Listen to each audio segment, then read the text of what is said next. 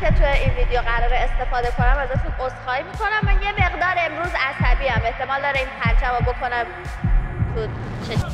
احتمال خوب شد.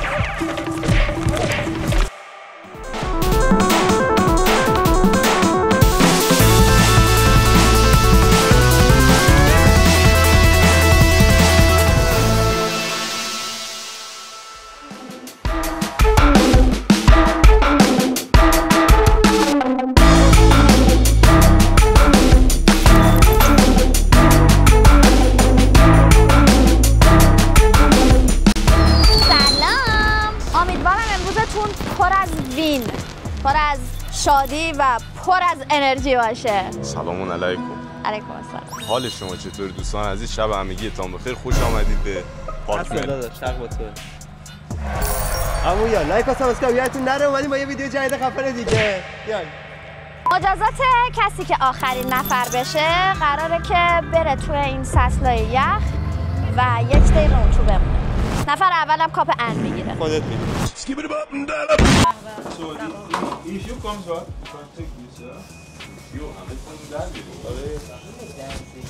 هنوز اتفاقی نیفتاده ولی امکان تلفات جانی خیلی هست. 5 ثانیه.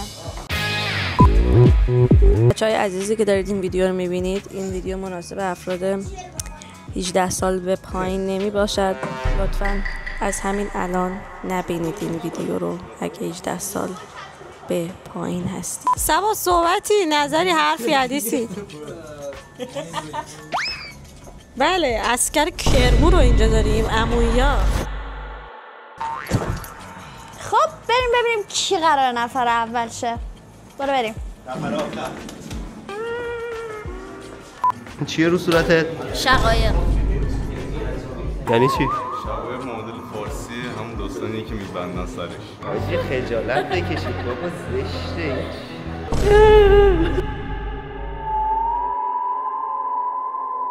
31 سال سن با 4 تا بچه اومدم اینجا. واقعا فکر کردین میتونید منی که 12 سال گواهی نامه دارم و شکست بدین؟ فکر نکنید. که من ندیدید بدونید اون لحظه داشتم لبخند میزدم.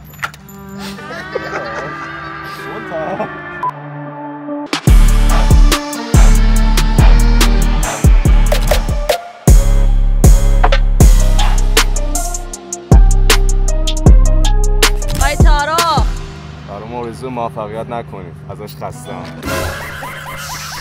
عمویا همشون سوراخن، بچه مجیدیه باخت نمیده. درسته. جوجه رو همین الان میشمارن، میبینیدش. جوجو.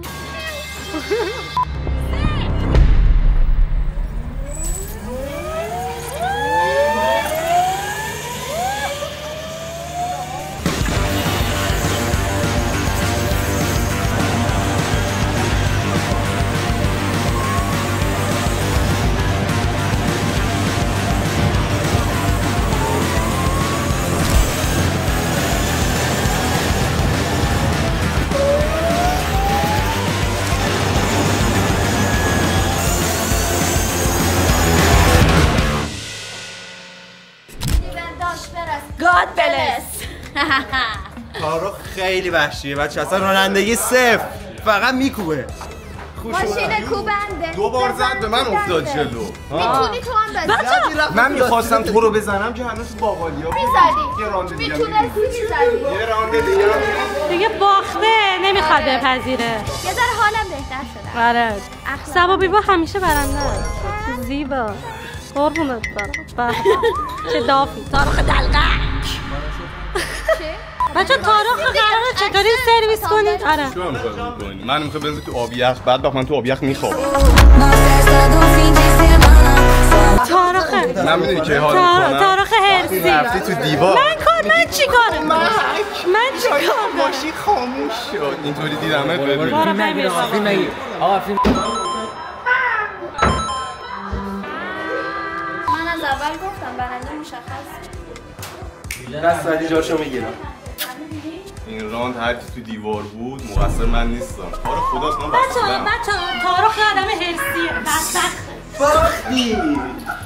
آجی این منو زده رفته جلو الان داره اگه میتونستی کار میزدی من لاشی نیستم عزیزم. تقاضای مصاحبه داریم.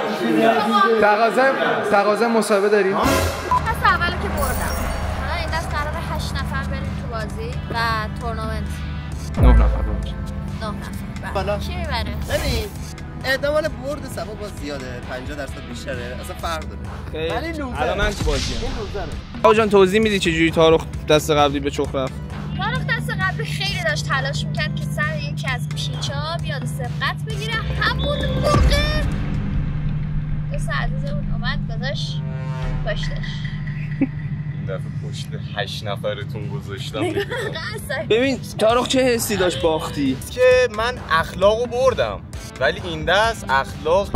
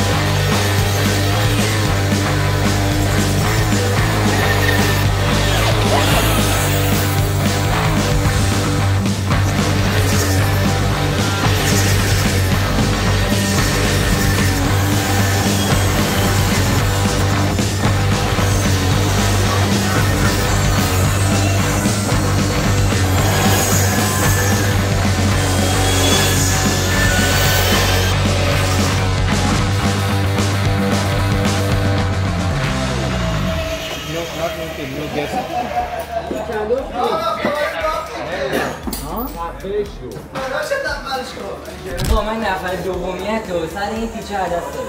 نمیدونم تو این پیچه باید گاز بدم یا ترمز بگیرم بعد دوباره گاز بدم. تو این گیر کردم. من میدرستم تو ترمز چون تو خون حالت خون منتظر من کسی رو واسه ریدید بابا این دور اول بچه ها 3 نفره رفتن، دور بعدی ما 9 نفره رفتیم، یه دور دیگه میخوان لبس برن. من نمیام دیگه، اصلا من رو به زور میارن توی این ویدیو، فقط حضور داشته باشم بهم پول میدن که من بیام، وگرنه نذاشتیم بیاد آخر خودش به زور لباس پوشید اومد. فکر نکنم اینطوری بوده باشه. حالی سعید حتما کانال رو کامنت بذارید، سابسکرایب کنید و لایک کنید. مرسی از بوتا ریسینگ. امشب خیلی بهمون خوش گذشت. اینجا هر روز تورنمنت برگزار میکنن و جایزه نفر اول این ماشین خوشگل ایتالیاییه و نفر دوم هم جایزش یه مدال طلاه. عمویا بیاید اینجا اشغال کنید، فقط همدیگه رو نکشید. یه خورده آدم اینجا میاد خشن میشه، دست خودش هم نیست. نیایید اینجا. دلیلش اینه که میگه داور چی میگه ما همدیگه رو میکشیم. برنده ها میگن بیا. عمویا خدافظ. تا ویدیو بعدی خدافظ. لایک کامنت سابسکرایب نره، کارو میشه ویدیو بعدی ببینید. اگه یه روز بری سفر بریزه پیشم بی خبر، اسیر رویاها میشم، دوباره باز تنها میشم. یه شب میگم پیشم بمونه، به باد میگم تا صبح بخونه از دیار یاری که توش منو تنها نذاری. باریکالله. بس صدای پات از همه جاده ها میاد، انگار من از یه شهر دور. من فقط برقصم. از همه دنیا میاد. تا وقتی که دعوا میشه لحظه دیدن میرسه